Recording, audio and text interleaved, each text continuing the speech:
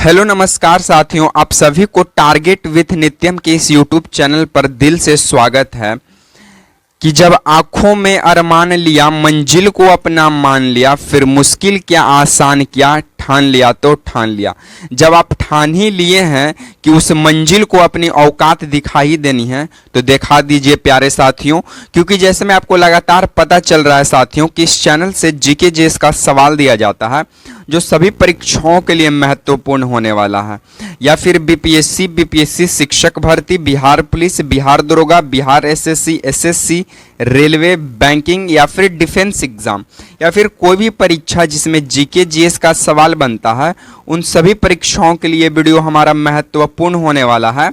महत्वपूर्ण होने का रीजन क्या है कि ट्रिक के साथ साथ ट्रिक भी कराए जाते हैं और ट्रिक के साथ साथ हमारे जो प्रश्न रहते हैं वो PYQs रहते हैं, और साथ में जो PYQs रहते हैं और उसके जो ऑप्शनों होते हैं उस ऑप्शन का भी फुल डिस्कशन कराया जाता है, जिससे आपके परीक्षा में एक भी सवाल छूटे ना।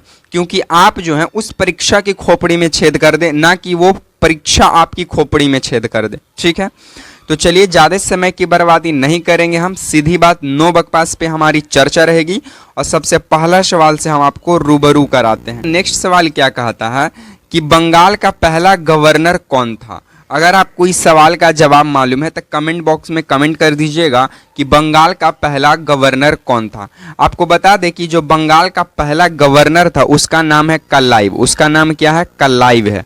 ठीक है, और ये जो कल्लाइव है 1757 में पलासी का युद्ध होता है। कौन सा युद्ध? पलासी का युद्ध होता है। और यही जो रॉबर्ट क्लाइव है ये अंग्रेजी सेना की तरफ से 1757 क्रांति का क्या करता है? नेतृत्व करता है। तो इस बात को भी आपको ध्यान रखना पड़ेगा कि बंगाल का जो पहला गवर्नर है जिसका नाम पड़ा रॉबर्ट क्लाइव, क्या नाम था इसका पूरा? Robert Clive. और रॉबर्ट क्लाइव ही जो है 1757 में प्लासी का नेतृत्व अंग्रेजी सेना की तरफ से करता है। ठीक है, तो इस बात को आपको ध्यान रखना पड़ेगा। उसके बाद हमारा 3 महत्वपूर्ण सवाल यहाँ से बन जाता है। पहला, बंगाल का पहला गवर्नर कौन था? तो आपको बता दें कि बंगाल का पहला गवर्नर, यहाँ पे तो गवर्नर क्लाइव हो गया। बंगाल का पहला गवर्नर जनरल कौन था? तो बंगाल का पहला गवर्नर जनरल वारेन हेस्टिंग था। कौन था? वारेन हेस्टिंग था। वारेन हेस्टिंग था। ठीक है, ये बंगाल का पहला गवर्नर हुआ करता था। कौन? Warren Hasting. भारत का पहला गवर्नर जनरल कौन हुआ? तो भारत का पहला गवर्नर जनरल विलियम बेंटिक हुआ। कौन हुआ? William Bentinck. विलियम बेंटिक हुआ। भारत का पहला गवर्नर जनरल कौन हुआ? विलियम बेंटिक हुआ। और भारत का पहला वायसराय कौन हुआ? तो भारत का पहला वायसराय कैनिंग हुआ। भारत का पहला वायसराय कौन हुआ? कैनिंग हुआ। यहाँ से 4 महत्वपूर्ण गवर्नर जनरल से सवाल बन जाता है। पहला, बंगाल का पहला गवर्नर रॉबर्ट क्लाइव जो 1757 में प्लासी सेना का अंग्रेजी सेना की तरफ से नेतृत्व किया। दूसरा, बंगाल का पहला गवर्नर जनरल वारेन हेस्टिंग हुए। दूसरा, बंगाल का पहला गवर्नर, भारत का पहला गवर्नर जनरल विलियम बेंटिक हुए। तीसरा, भारत का पहला वाइसरॉय लॉर्ड कैनिंग हुए। और चौथा सवाल आपसे VVI बन जाता है कि भारत के पहले भारतीय गवर्नर जनरल कौन रहे? तो भारत के पहला भारतीय गवर्नर जनरल C राजगोपालचारी। कौन थे? C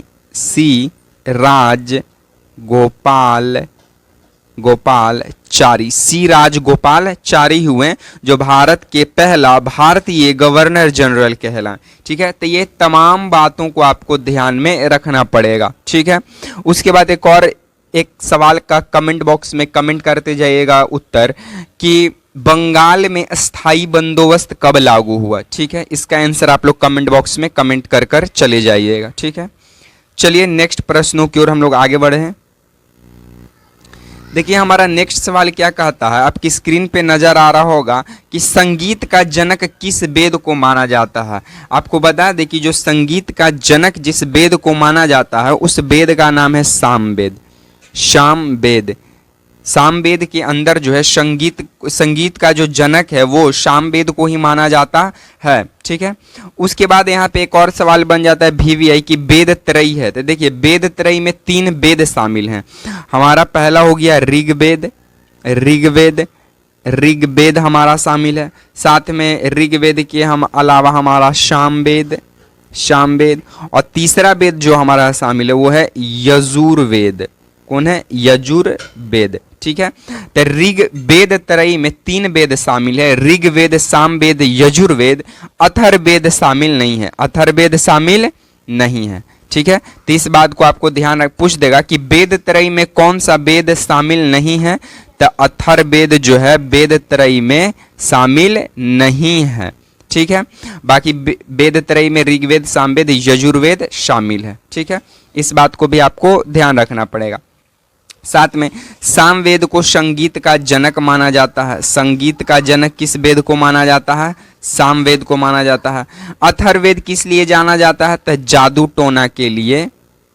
एक सेकंड, इसे हम इरेज कर देते हैं। एक सेकेंड देख लीजिए। देखिए जादू टोना हो गया, जादू प्लस टोना। जादू टोना के लिए जो वेद हमारा जाना जाता है वो अथर्ववेद ही जाना जाता है। साथ में इसमें अंधविश्वास, क्या अंधविश्वास के लिए ये वेद जाना जाता है। कौन? अथर्ववेद।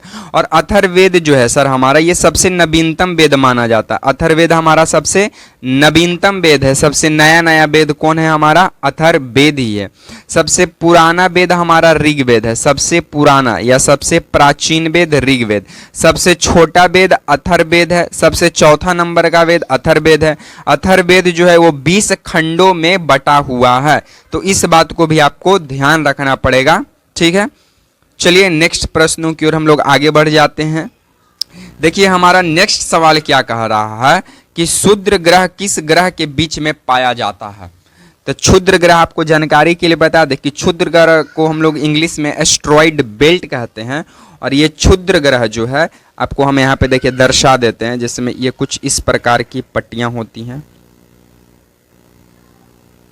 मान लीजिए कि ये क्षुद्र ग्रह का क्या है? पट्टी है। और जो क्षुद्र ग्रह की पट्टी है वो मंगल और इधर बृहस्पति के बीच में पाया जाता है। तो क्षुद्र ग्रह की जो पट्टी है वो मंगल और बृहस्पति के बीच में पाया जाता है। मंगल जो हो गया वो इंटीरियर ग्रह हो गया और एक्सटीरियर ग्रह जो है बृहस्पति हो गया। यानी कहने का मतलब अगर हम बात करें तो आंतरिक ग्रह की हम बात करें तो आंतरिक ग्रह में हमारा आ जाएगा बुध आ जाएगा, हमारा शुक्र आ जाएगा, पृथ्वी आ जाएगा और मंगल आ जाएगा। 4 ग्रह जो हैं हमारे आंतरिक हैं और 4 जो हैं हमारे बाहरी ग्रह हैं। बाहरी ग्रह कौन कौन से हैं? तो बृहस्पति हमारे बाहरी ग्रह है, बृहस्पति बाहरी ग्रह है। शनि हमारा बाहरी ग्रह है, यूरेनस हमारा बाहरी ग्रह है, नेपच्यून हमारा बाहरी ग्रह है। और जो हमारा बाहरी ग्रह है इसे गैसीय ग्रह भी कहते हैं, यानी गैसियस ग्रह भी कहते हैं। साथ में इसे जोबियन ग्रह भी कहते हैं। बाहरी ग्रह को जोबियन ग्रह भी कहते हैं, जोबियन ग्रह। तो आपसे पूछ देगा कि जोबियन ग्रह किसे कहते हैं, तो जोबियन ग्रह बाहरी ग्रह को कहते हैं। या फिर पूछ देगा गैसियस ग्रह किसे कहते हैं, तो गैसियस ग्रह भी बाहरी ग्रह को कहते हैं। और बाहरी ग्रह में कौन कौन शामिल है? Brihaspati, Shani, Uranus, Neptune. बाकी बुध, शुक्र, पृथ्वी, मंगल हमारा आंतरिक ग्रह है। ठीक है, और आपको बता दें कि एस्ट्रॉइड बेल्ट जो है यानी क्षुद्र ग्रह के जो पट्टी है वो मंगल और बृहस्पति के बीच में पाया जाता है। और मंगल के 2 उपग्रह हैं जो आप याद रख लीजिए, पहला फेबोस और दूसरा याद रख लीजिए डीमोस। और गाइनामाइड किसका उपग्रह है? तो गाइनामाइड बृहस्पति ग्रह का उपग्रह है। मंगल हमारा लाल ग्रह माना जाता है और बृहस्पति हमारा सौर मंडल का सबसे बड़ा ग्रह माना जाता है।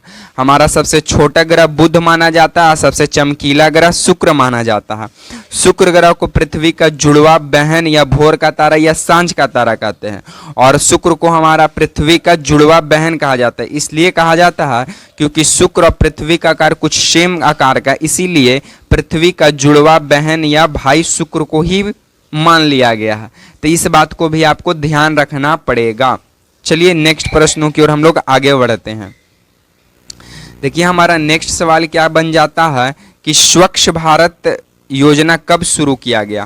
तो आपको बता दें कि जो स्वच्छ भारत योजना है ये गांधी जी के जयंती पर 2 अक्टूबर 2014 को शुरू किया गया था, स्वच्छ भारत योजना। और हमेशा देखिएगा कि जहाँ पे स्वच्छता की बात की गई हो वहाँ पे गांधी जी का 2 चश्मा का बात ना हो, ये हो नहीं सकता है, क्योंकि स्वच्छ भारत की जो शुरुआत है वो गांधी जयंती के ही दिन 2 अक्टूबर 2014 को शुरू किया गया था। ठीक है, उसके बाद प्रधानमंत्री जन धन योजना जो है ये 28 अगस्त से शुरू किया गया था। कब?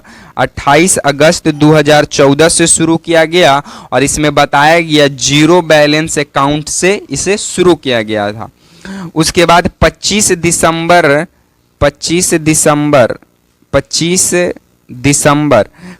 दिसंबर 2014 की बात करें तो इस दिन मिशन इंद्रधनुष की शुरुआत की जाती है। मिशन इंद्रधनुष की शुरुआत की जाती है और मिशन इंद्रधनुष में टीकाकरण यानी कि वैक्सीनेशन से संबंधित बातों की जाती है, यानी टीकाकरण ज़्यादा से ज़्यादा भारत को कैसे वैक्सीनेट कर सकते हैं, इन चीज़ों की इस योजना के तहत बातें की जाती हैं। ठीक है, तो इन तमाम योजनाओं को भी आपको ध्यान में रखना पड़ेगा। बाकी प्रीवियस ईयर से ये योजना उठाए थे जो आपके एग्जाम के पॉइंट ऑफ व्यू से VVI बन जाता है, इसलिए हम इसका डिस्कशन करा दिए हैं। ठीक है, तो आज को हम वीडियो को यहीं पे समाप्त करते हैं। अगर आपको वीडियो पसंद आता है तो वीडियो को आप लाइक कर दीजिएगा, वीडियो को शेयर कर दीजिएगा एंड चैनल को सब्सक्राइब कर दीजिएगा। ठीक है, इसी तरह के सीरीज के साथ आपसे मिलते रहेंगे नेक्स्ट वीडियो में। तब तक के लिए आप सभी साथियों को जय हिंद।